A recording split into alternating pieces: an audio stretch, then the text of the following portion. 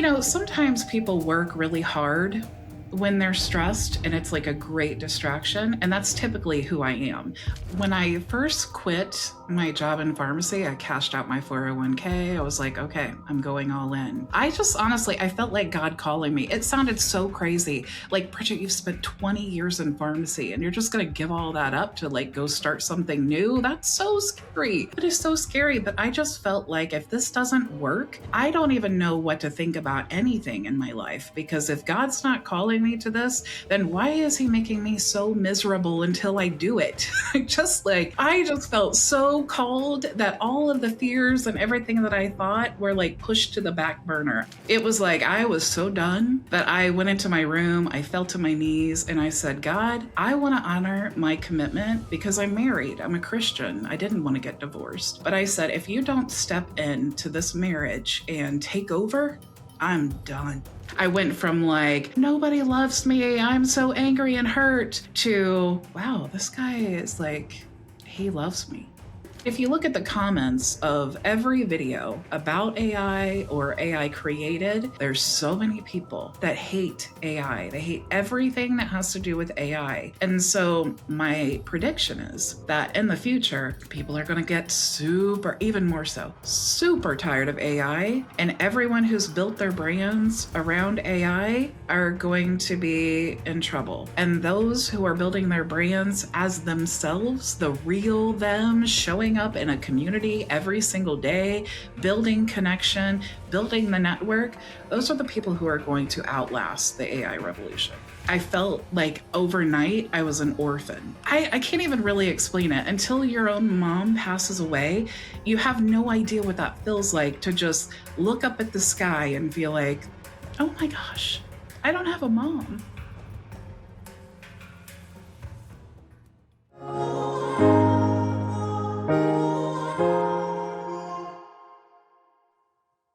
Hi, everyone. Welcome to the Leverage and Lead podcast. We have something really special today. Bridget asked me if I would be interested in interviewing each other.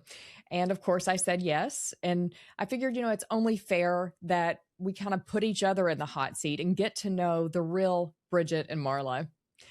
So with that, today's guest is Bridget Bartlett, a business growth expert who helps solopreneurs build profitable businesses without hiring a team or working nonstop. Bridget is the creator of the Vision Blueprint and the 4-Hour Workday Strategy, a framework that is designed to replace hustle and systems. It creates leverage, and she teaches how to get recurring income. So after spending 20 years in pharmacy and later building businesses using automation and content, she's now a 6-figure earner, a coach. She's won multiple HighLevel awards, and she's also won a Tesla. And she has spoken on HighLevel stages at least twice.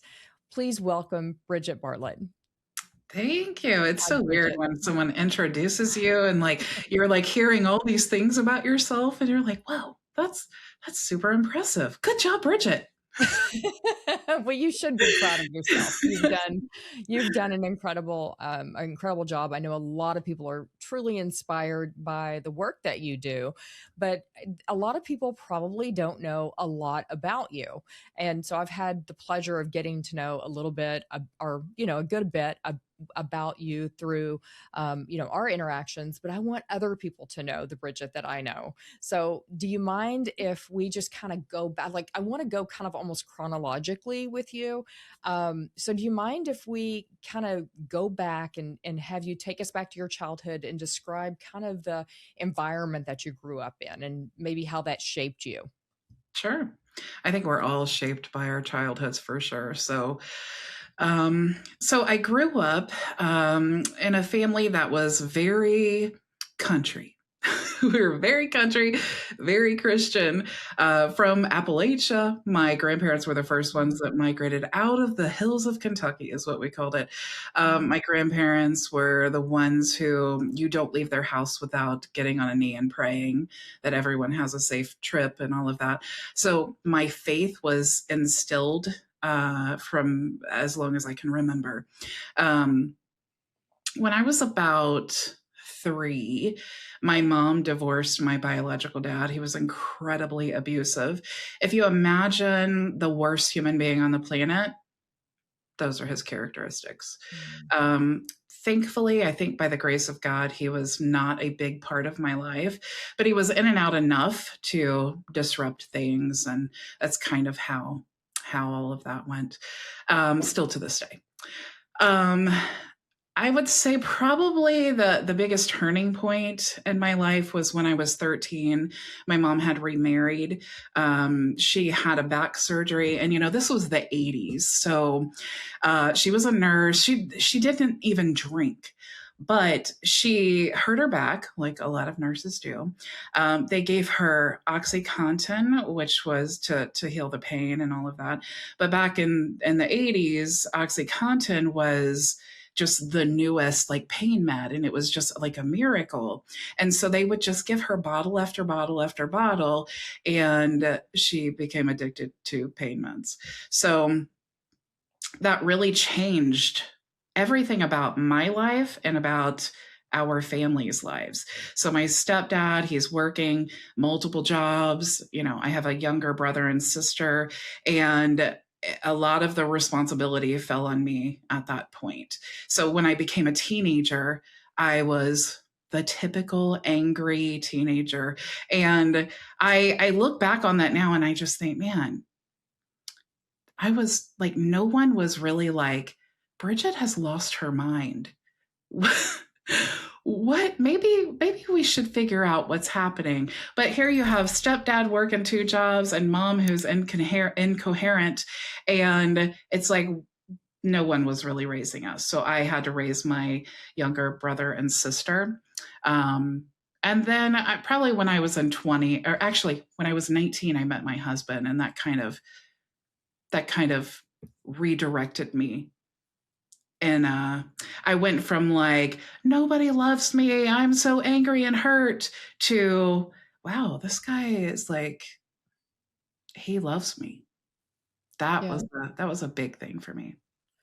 So, what was it like taking on so much responsibility at such a young age? I mean, do you think that set the framework for the responsibility that you feel in your business today for helping other Totally. people?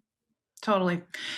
Because I remember my 14th birthday, I spent the entire evening on the floor in my room. I had the phone book out and the phone that you plug into the wall. And I called every business that I could walk to ask if they would hire a 14-year-old. Because it's like, here, I'm 14, you know what it's like? And it's like, we moved from Ohio to Indiana, and I was starting high school. I had no friends. I had no clothes because we were broke, and I was having to take care of my younger brother and sister all the time. I think really, as an adult now, looking back on all of that, I can see why I was like losing my mind. I was so angry. I Mhm. mean, it's why I got kicked out when I was like 18. And I had to sleep in a Jeep for a week until a friend took me in. I still went to work every day. So that was your mom or your stepdad? It was a combination of both. I mean, honestly, it's like I was the bratty child, but they weren't really doing anything to make it better either. So, Yeah. It was just that at that point, huh? yeah, it was like things like clashing, you know. Mhm. Like here I was an angry, disrespectful brat, but I also didn't really have a lot to not be angry about or respect, you know. So I realized they were doing the best job that they could do, and I had no coping tools to deal with all of that. Okay. So you met your husband, and it sounds like he was instrumental in helping tame some of that anger. And I mean, would you say that maybe he was the person that, because a lot of times our influences help change us from when are struggling from the pain, and help us evolve and become better people. And I'm sure that your husband probably played a part in that. But was he the person that was the pivotal or the inspiration to that scenario, or was there someone else as well? Are you a coach or consultant trying to build your business with HighLevel but feeling overwhelmed and overworked? Are you putting in long hours but still struggling to land your first client? You're not alone. Many entrepreneurs believe they just need to work harder. But what if your problem isn't your work ethic, but your lack of a system? I've spent the last 6 years perfecting a system called the Vision Blueprint. It's a structured method to build a successful business with HighLevel without the burnout. Stop the insanity of endless trial and error.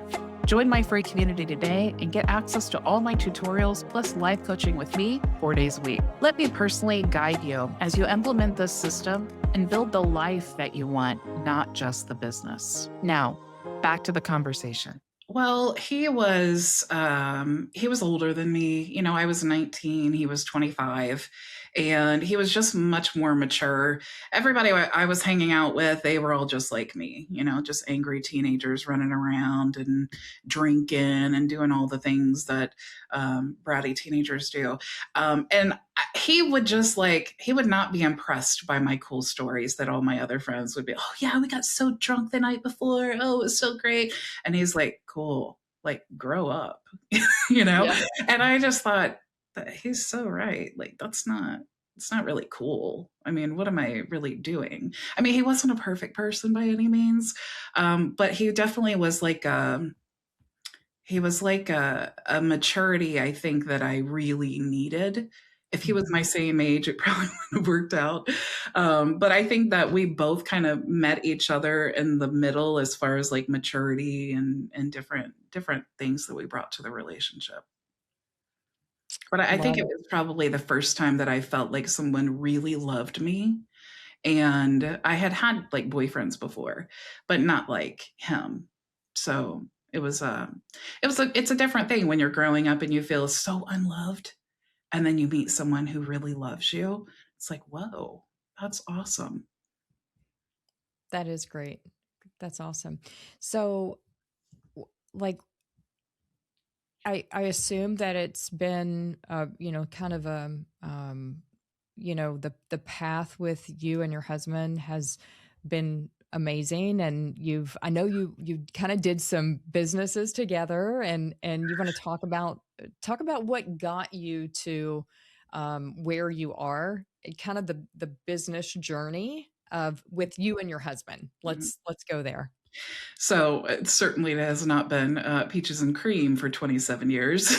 But we definitely have had our ups and downs, and actually, the downs is what caused the business journey to begin in the first place. So he was driving a truck. I was in pharmacy. I spent 20 years in pharmacy before starting a business or even thinking about starting a business.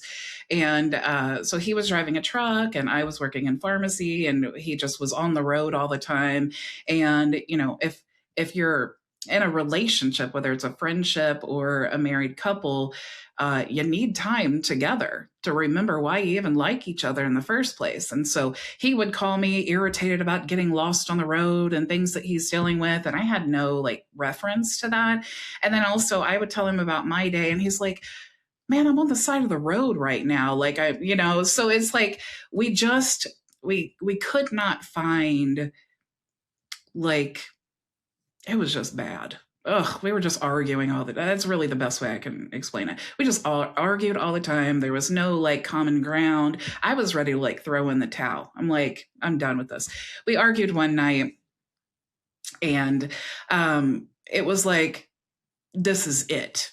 It was like I was so done that I went into my room, I fell to my knees, and I said, God, I want to honor my commitment because I'm married. I'm a Christian. I didn't want to get divorced. But I said, if you don't step into this marriage and take over, I'm done. Now you got me. And see, I'll cry too. Not just our guests, it's me. So I was telling God, I'm done. I am so done. And I laid out specifically to God exactly what I wanted out of not just my life, but his life too. And I said, I need you to step in here, or I am done. I cannot do it. 2 months later, he calls me and he's in an accident, and he was fine, but I had to drive to Virginia and get him. And this whole thing kind of started a domino effect. And he's like, I'm sick of driving a truck. And I'm like, I'm sick of you driving a truck. And then, so we're talking about like, what is he going to do? And I asked him the same thing that I always ask people still to this day in consultations. I said, so if you just imagine yourself like 5 years from now, if the alarm goes off and you just imagine what you had to do that day, what would make you excited to jump up and do it? Like, what would that look like? And he said, if I could just put headphones in and just mow grass all day, that would be the perfect life. So we started a lawn care business and we did all the things everyone does. We spent our life savings. We passed out flyers. All these things, posted in the Facebook groups, and actually started getting some customers. Then I was working in pharmacy with a pharmacist, and he said, oh, I just opened my own pharmacy and I know you have a business. Like, how do I get reviews? How do I do all this stuff? And then one day he's like, can I just pay you to do it for me? And I was like, I can't. No, I don't have the skills to do that. I couldn't do that. He's like, but you do it for your own business. Of course you could. And I was like, but you know me enough, Marla, that always my first thing is no. And then I think about it and I'm like, that means you have to do it. So I immediately said no. And he's like, well, let's just try it. And I was like, all right, well, I'll just try it just for free. And then if I get you some customers, we'll talk. So in 14 days, I brought in 14 new customers, which is 14 times what he was getting before. So he hired me and he started referring me to all of his other, business friends. And within 7 months of that, like that conversation, I was quitting my job in pharmacy to start my own business. Boom. Boom. That's awesome. And isn't it funny how God opens doors and, he put that exact scenario as a path for you to walk down. And it was one that you were not even open to in the beginning. And then you were like, he was persistent and he was like, no, you can do this, Bridget. Mm-hmm. Sometimes we need to have someone in our life that encourages us like that. So Mm-hmm. that's awesome. Yeah. I had all the same fears about starting a business that most people do. Like, what do I do with taxes and health insurance? And that just sounds so hard and scary. And yeah, it's all of that. It's also super amazing. And it's also like life changing, like your wildest dreams coming true. Mm-hmm. Like amazing. Yeah. So, all right. So you left pharmacy. You had your client. Let's talk about what that process looked like. From growing to what was the transition of client growth, and then let's. I know you've also had some things that have some obstacles that have come in your way. With your mom, so maybe you can kind of touch on that and just how that has impacted your growth and the vision for your business. Yeah. So when I first quit my job in pharmacy, I cashed out my 401k. I was like, okay, I'm going all in. And I just honestly, I felt like God calling me. It sounded so crazy. Like, Bridget, you've spent 20 years in pharmacy and you're just going to give all that up to like go start something new. That's so scary. That is so scary. But I just felt like if this doesn't work, I don't even know what to think about anything in my life, because if God's not calling me to this, then why is he making me so miserable until I do it? I just felt so called that all of the fears and everything that I thought were like pushed to the back burner. I even made a video when I quit my job and I was driving home, and I watch that video sometimes and I'm like, oh, Bridget, it's going to work out. It's going to be good. But it was terrifying. And as soon as I quit, within a month, the client that I had that I thought, okay, this is like put me over the edge, because I had to decide, okay, I'm at a point right now where if I take this big client on, I'm not going to be able to work my job and do it.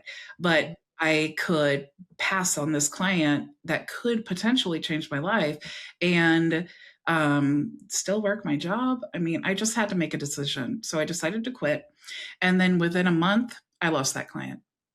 They were just doing restructuring and remodeling, whatever they did. But to me, I'm like, oh my God, what am I going to do now? Yeah. Then so I'm riding the struggle bus. I'm doing what everybody does. I'm like going client to client. I'm like constantly finding someone because I was designing websites. Like, how do I get these clients? And I mean, it is struggle, struggle, struggle. Some months I didn't even know we were going to pay the mortgage. Summertime was great because we had the lawn care business. Everything was going awesome. But as soon as winter hit, the lawn care season ended because we live in Indiana, and it was just super scary. I don't even know how we muddled through. And then my mom died. So it's like I am super struggling with everything. Like nothing is going right in life. And then I get a call that she's in the hospital, and she was in there for like a week. And then she passed away. And then for the next week, I was like, sometimes people work really hard when they're stressed, and it's like a great distraction. And that's typically who I am. I'm like, oh, something's bothering me. I'll just work, work, work. But this time I didn't have it in me. I just didn't care. Like, because I didn't have a dad, I didn't really have a dad relationship with my stepdad. I felt like overnight I was an orphan. Like I felt so, I can't even really explain it. Until your own mom passes away, you have no idea what that feels like, to just look up at the sky and feel like, oh my gosh, I don't have a mom. I can only imagine. I would feel lost. I would feel lost. Mhm. I think about my own mother, and, she lives here. I brought her in to live with me, and it's, it's hard to think about Mhm. losing your mother. Mhm. But I have heard you say that you were able to, you know, the enjoy giving a van to her, and Mhm. that you still, were able to hold on to that. Um, Mhm. That was something super cool, and we weren't at a point financially where I could just buy her a van. But my husband was mowing somebody's grass, and they had this van there that they're just like, we'll just pay somebody to take it away. Somebody's going to come get it. So he got it. We took it to the shop and had it all fixed, and we were going to sell it. But she needed a van. And so I was like, all right, well, we're going to give mom the van. So this was 2 months before she passed away. And I was telling you, we have the video, my husband still does, of her in the van, and she's pulling out of our driveway and she's waving. And she's like, bye, love you guys. It's like, that's so cool that I was able to do that even before I could financially do it. But Mhm. that her passing away was definitely transitionary for me, because I was so devastated that and I couldn't work. It made me think about, like, what if something happens to me? What if, like, I can no longer work? Or what if my something happens to my husband? This chasing clients month after month is not going to be a sustainable business for me. And that's really when I started looking at other ways of earning income, so that it's reoccurring, that it's semi passive, so that it's like, if something disastrous happens, I need to make sure that I have income to pay my mortgage the next month. And if we're constantly chasing clients, it's like you're adding so much stress to an already stressful situation. So how long was that process, that horrible grieving process? How long did it last before you kind of transitioned to the journey that you're on today? Like what did that look like? Well, in the midst of everything happening, my stepdad, they were married for 30 years, and so he was totally devastated, and we didn't know if she was going to be, like, if she recovered, we were looking at like large medical bills. If she passed, we were looking at, $10,000 to bury her. And so my stepdad, it was like I could see like the weight of the world on his shoulders. And so I'm like, what can I do? What can I do? I'm like that person. Like, what can I do? What can I do? So I talked to my brother and sister, and we started a fundraiser, and we're talking to everyone. And I'm someone who's, I'm not that great of a networker, but I was going all out because I was like determined that I was at least going to relieve this part of the stress that he was feeling. I couldn't do anything about my mom, but I could try to do something about this. So we were able to raise $11,000 for her funeral. And my friends and family, we're not rich. We're country people, we're all like middle income, but we just had so many people that poured in to help us that, and then at the funeral, I told my stepdad, hey, we had all this taken care of, and the funeral came to $11,000, but it's all paid for. And it was like the look on his face, and I saw his knees buckle. Like I thought he was going to lose it. And that feeling really inspired me to like the power of community, the things like where sometimes we live in this world and we feel like no one cares. And then you go through something and then it's like suddenly everyone cares. Everyone is coming out to help you. And I just thought that's such an amazing thing. But I also want to make sure that I take those skills and I build something reoccurring that my husband never has to have that look on his face. Mm. I did not know that, Bridget, that you had the fundraiser. I'd never heard that. So that's incredible. I'm glad that you were able to help in that way, and that the community was able to rally around that situation and your need to be able to support that your dad through that horrible time, and you. So I'm assuming that, I mean, it was a normal grieving period that, how long was it before you felt like you were able to dig back in and start building that system? I mean, was there a period where you were just like, I'm checked out?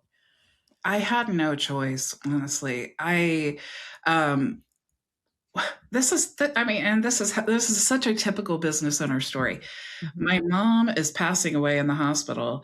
My husband is like, I want to be there for you. What should I do? Because we had customers that need their lawns mowed. And I'm like, we need money, and I'm not here making any money. And so you have to go make money. And so he's like, and he was very close to my mom too. And so it was such a crazy, it's like, how can I be mowing grass when he called her mom too. I was like, well, mom's gonna die, and I'm like mowing grass and I don't really know what to do. And I'm like, I don't know either. And so that's the whole thing was just absolutely so crazy. After the funeral, I was so like motivated. Like I think after the like absolute devastation wore off, it was like that part of me who's like, I have to solve this problem. It was like, I just kicked into overdrive. Like, I have to solve this problem. And I noticed that after all that was happening, the income that I did have coming in was affiliate commissions. And I thought, that's definitely like, I'm in the hospital. I'm not even working. I'm not even answering emails for 2 weeks, and I'm still earning income. So I had a YouTube channel. I was posting videos on there. I had less than 1,000 subscribers, but it was still getting me leads, and it was still making me sales, even when I wasn't doing anything. So it was like a light bulb went off in me, like, that's the path. That's what I need to focus on. So I think that's a perfect transition to the path, right? To your blueprint, to your 4-hour workday strategy. So lean into that, if you will, and let's talk about the 4-hour strategy, and then let's transition to the blueprint. Does it feel like snapshots are either too basic to help or too complex to fit your business? Trying to untangle someone else's workflows can feel overwhelming, but it doesn't have to be that way. I'm Marla, and I work with agencies and business owners to design and build custom CRM and AI systems that actually align with how you operate your business. If you're tired of trying to do it all yourself, let's connect. Reach out at marlaharmon.com. So I have to tell you this story first because it kind of leads into how I even created that. So here I am, right? I'm still riding the struggle bus. I'm earning affiliate commissions and all of that, but it wasn't enough to really like make me feel like, okay, this is working out good. So it was December. I was in church and we were talking about how you need to pray for things specifically. And it was like, God was like, remember that time when you were on your knees and you prayed specifically for the things that you wanted? I want you to pray specifically again. It was like, that was so much in my spirit. I need to pray specifically. And so I said, God, I need to make $3,000 a month more than I'm doing right now, or I'm going to have to go back to pharmacy. And I feel so strong about this path you're leading me on, but I'm also scared and I also have bills. So I don't know what to do. So I'm just telling you, I need $3,000 a month. And then I will feel like I can keep moving down this path. So a few months later, I was talking to that pharmacist who was my client, and I'm like, I'm thinking I might go back to pharmacy. He's like, yes, I'll take you. I'll take you. Of course, I'll take you. And I was like, oh, I don't want to go back to pharmacy, but I think I'm going to. And I said, I'll tell you by the end of the month if I'm going to come back to pharmacy and if I'm going to work with you. And he's like, all right. 2 weeks before the end of the month, the software that I was using to build my local business on, and I was creating YouTube videos about, they were starting a new position. They needed 5 people to teach a different niche, and local business was one of them. And I was like, it was literally like, even just hearing that position was available, I was like, yeah, this is it. Okay, I hear you, God. I get it. I totally get it. This is the position you had for me. I didn't even need the interview. I didn't need anything to know I have this job. So I applied. Of course, I got the interview. And while I was sitting there in the interview and she was telling me how much it paid, and she's like, and it pays $3,000 a month. And I almost fell out of my chair. I was trying to be like, now $3,000 a month to me now is like, but that was the number. That was the magic number I needed. And also it's like, he told me, pray specifically. I'm going to cry again. So she didn't say $750 a week. She didn't say, $1,500 bi-monthly. She specifically said $300 a month. 3,000, yeah. Or $3,000 a month. Yeah. And I was like, okay. It was like, sometimes God just answers prayers in a way. It's like, it's almost like he gives you a hug. It's like, see, I got you. I got you. It's good. That had to be like a goosebump moment. Totally. Knowing full well that that was your answered prayer. Yeah. And that was what led me into the 4-hour workday, because my role as the local business marketing training and support specialist, I had to be live 5 days a week inside of a Facebook group and teaching how to use the software for your local business. So that was like going great. I mean, I just had to like be more efficient, because if you're doing this, you have to go through the process, right? You have to figure out what you're going to talk about. Then you have to go live. Then you have to figure out what you're going to do with the video, all of these things. And I'm trying to be efficient because I knew, being an employee, I don't want to do that forever. I was like a contractor. I didn't want to do that forever. And so I wanted to use this time to learn, and then also continue building my brand, my own personal brand. And so I was doing all of that for about a year. And then I was asked to do something that I just felt strongly against. And I said in a meeting, I'm not doing this. So if you guys fire me, I will have full confidence that God has something better for me. And that was really scary to say, because this was the biggest opportunity for me at that time. And so they let me go. And I still stayed on with the company, and I was still doing what I normally did. I just literally, instead of doing it in their Facebook group, I just started doing it on my YouTube channel. So I had already had the processes. I didn't even skip a beat. And then a few months later, I started having a lot of techie issues with the software, and it was horrific. And I was reaching out to everyone like, hey, I'm having all these problems. And I mean, I'm pretty well known in the company, obviously, because I worked with it.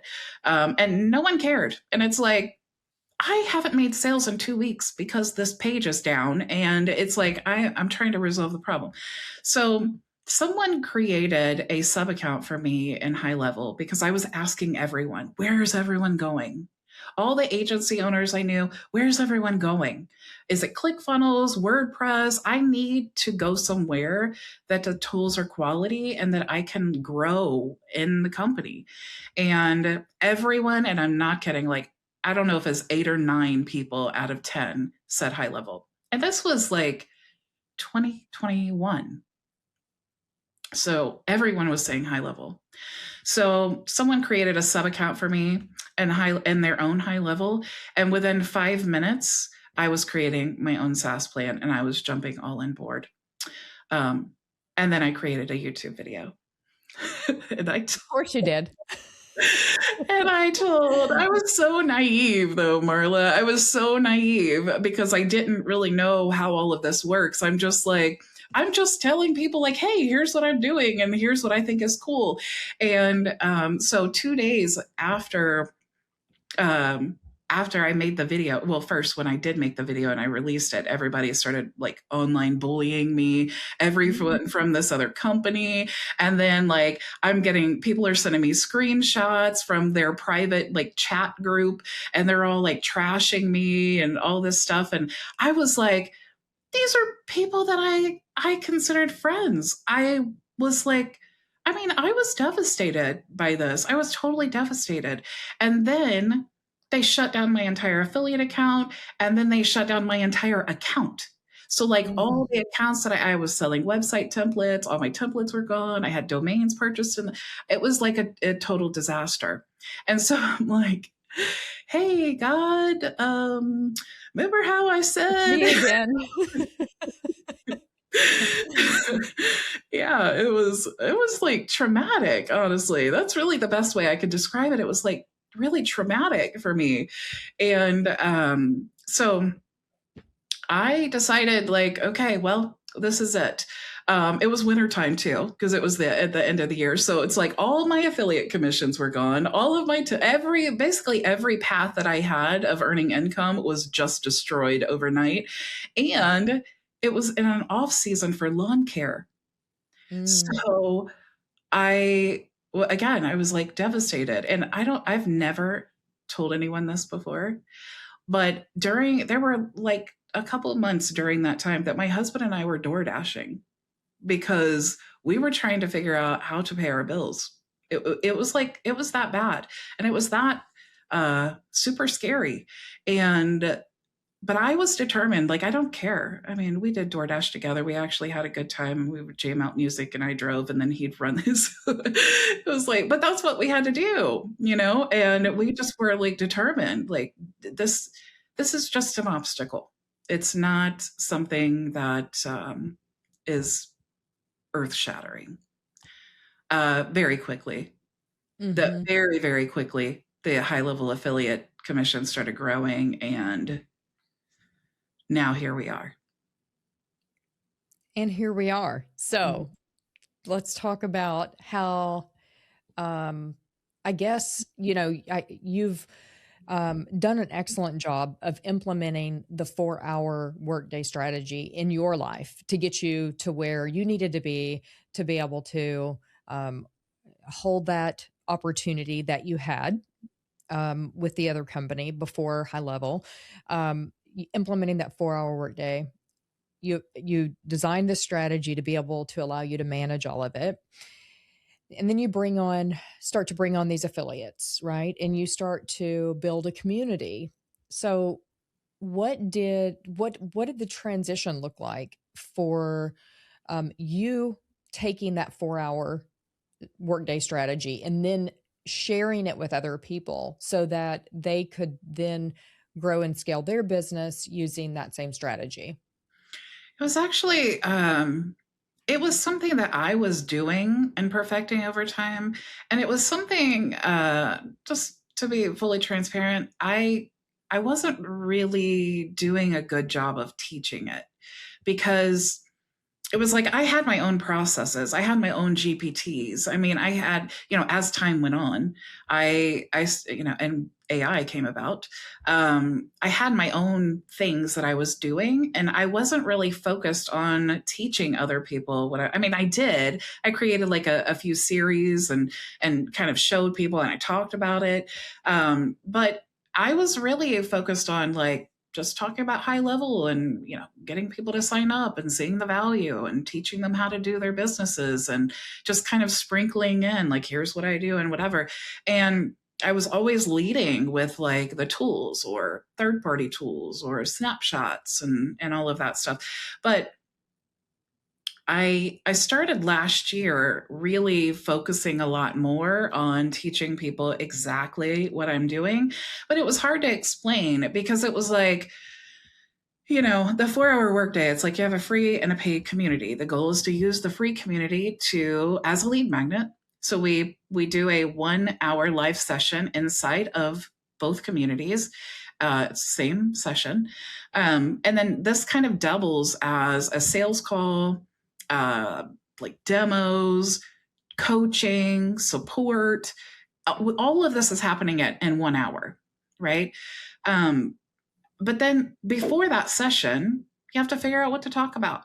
And then you have to figure out like how to promote it, how to get people in it, and sending emails and social media posts and all of these things. It's like, it was really hard for me to like help other people visualize how this works. It's so strange how it's like it's something that I'm doing every single day, but trying to relay that to other people in a consumable package, it was really a challenge for me until a few months ago when vibe coding became a thing.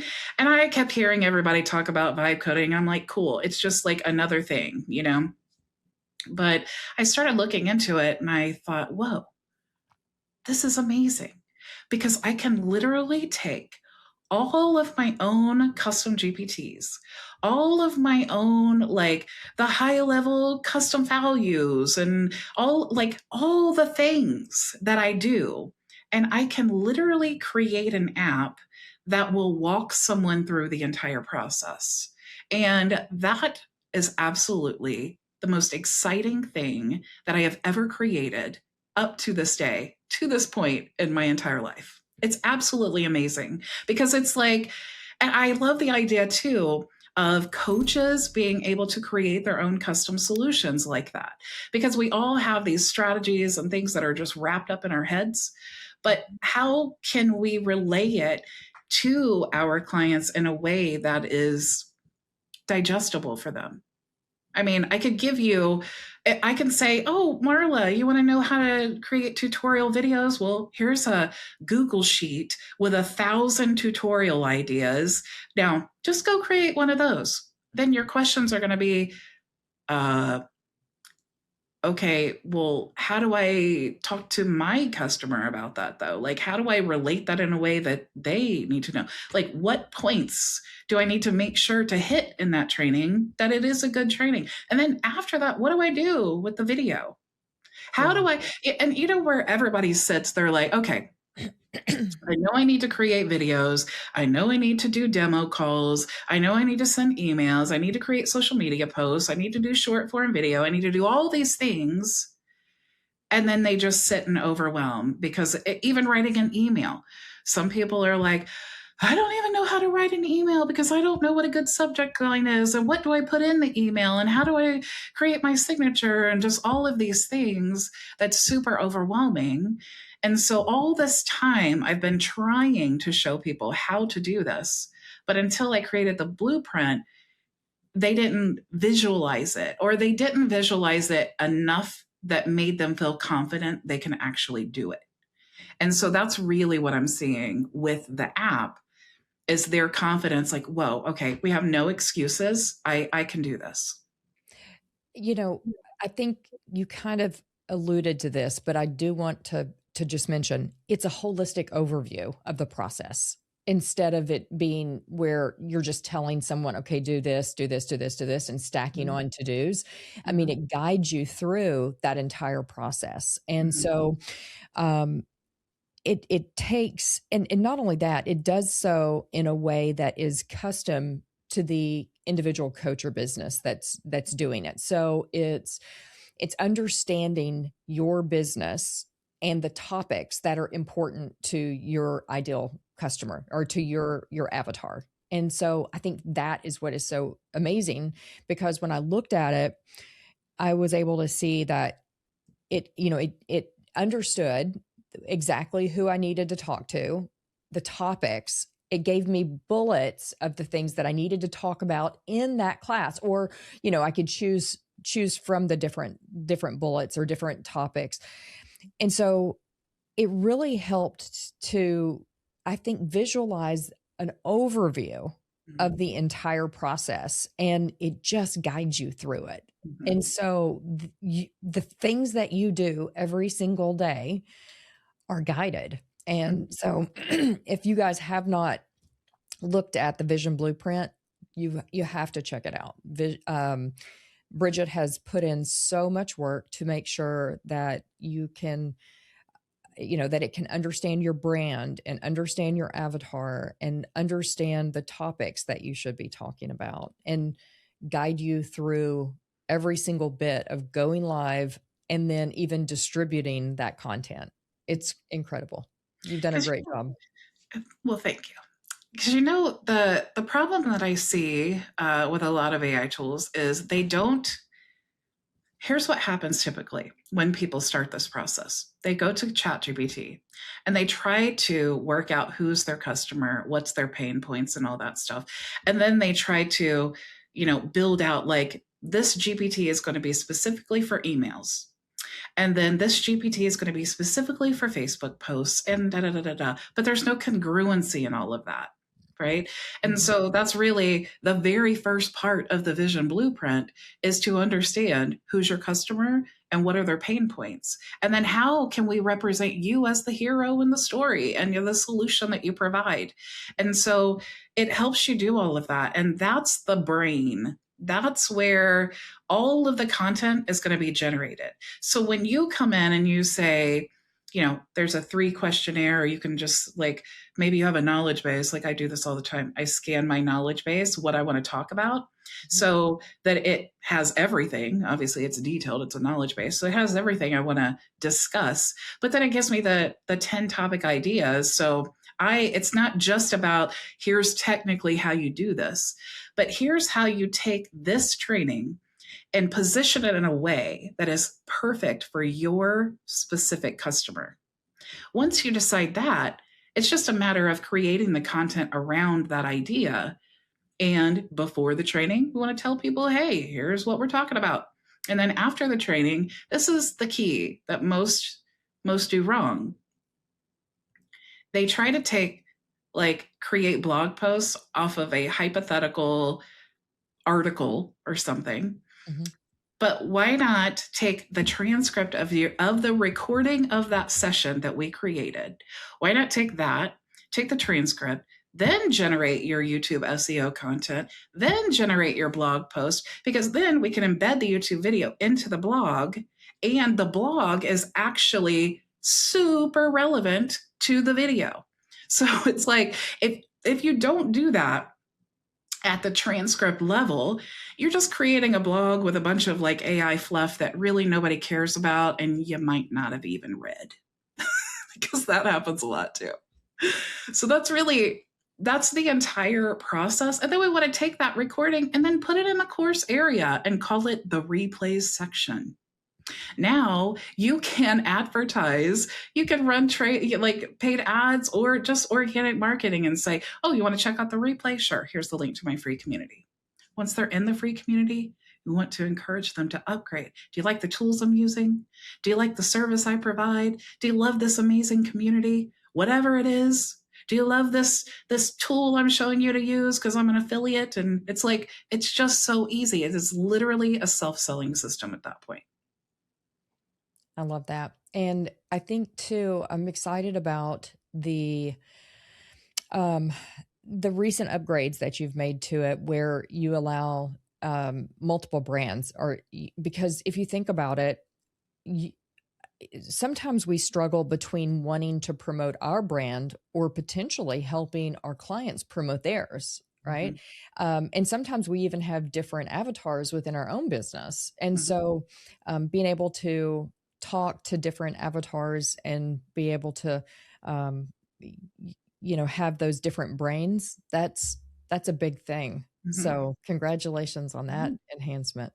Yeah, that was a big feat. But it's like, again, this is something that, and I'm talking about vibe coding. And right now it's like, there's like this stigma about vibe coding. It's like developers are like, "Ah, you're not a developer because you vibe coded."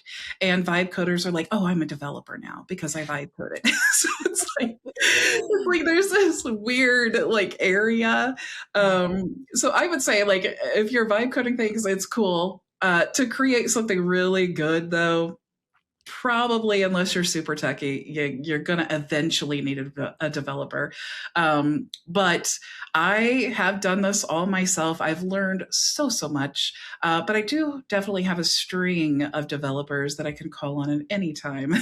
There's an emergency, which I think That's is so true. important. So having said that, I definitely put in the work to add multiple brands, but I was able to do it in a weekend. It was a very long weekend. But I had multiple people in my community ask me for multiple brands, and they made their case, and it made sense that they would want multiple brands. And especially, if you're an agency owner and you want to provide this as a service, I mean, it's like that would be so easy for you to do inside of your own agency. But I think, again, that's the amazing thing that as coaches, to be able to develop software based on the strategy and our community and what their needs are. I think until vibe coding, it was like software developers and those who are trained in user experience, they are the ones developing the software. So it starts with the functionality. But as coaches, having the ability to vibe code, we start with the strategy, which is it's a whole different mindset when you start with the strategy as opposed to the functionality. Yeah, you and I had talked about this offline where, I looking at it, I could completely tell that you designed your system. Like you knew every nook and cranny that was in that system and the exact layout, the flow. It's so thoughtfully curated. And I I don't think I've ever seen a system that is as guided with the strategy. If that makes it's basically saying the exact same thing that you said. You designed it with the strategy in mind and not a software. It doesn't feel like a tool. It feels like a strategy implementation system, if you will. So yeah, awesome. So what's the future for it? I mean, are you finally at a place where it's like, okay, now we're just gonna let it drive and then we'll make upgrades, or are you working on something else? Because I know multiple brands was not on the horizon until very recently, and then you were like, okay, I'm doing it, and you knocked it out. So what's next? The next thing that I would like to do is add a podcast section, not Mm. not so much for like the actual 4-hour workday, but an additional section because I have a podcast. And the reason that I developed the app like that is literally because that's how I use it. That's how I function in a day. Mhm. And if I am really going to help someone replicate or duplicate what I do, then that's really how it has to work. You know, First do this. Let's come up with the topic idea. Let's take the topic idea and then and I love that we can use AI to do all of that. But what I love more is that we are positioning ourselves first. We're just using AI to streamline our processes. And I think a lot of people today are really AI first. They're really focusing on AI. Oh, I could build a whole brand. I could build 500 brands using AI and these avatars. And that's probably true. But if you look at the comments of every video about AI or AI created, there's so many people that hate AI. They hate everything that has to do with AI. And so my prediction is that in the future, people are going to get super, even more so, super tired of AI. And everyone who's built their brands around AI are going to be in trouble. And those who are building their brands as themselves, the real them, showing up in a community every single day, building connection, building the network, those are the people who are going to outlast the AI revolution. Let's talk about that because I just saw an article today that Amazon is laying off 16,000 employees and it's centered around AI.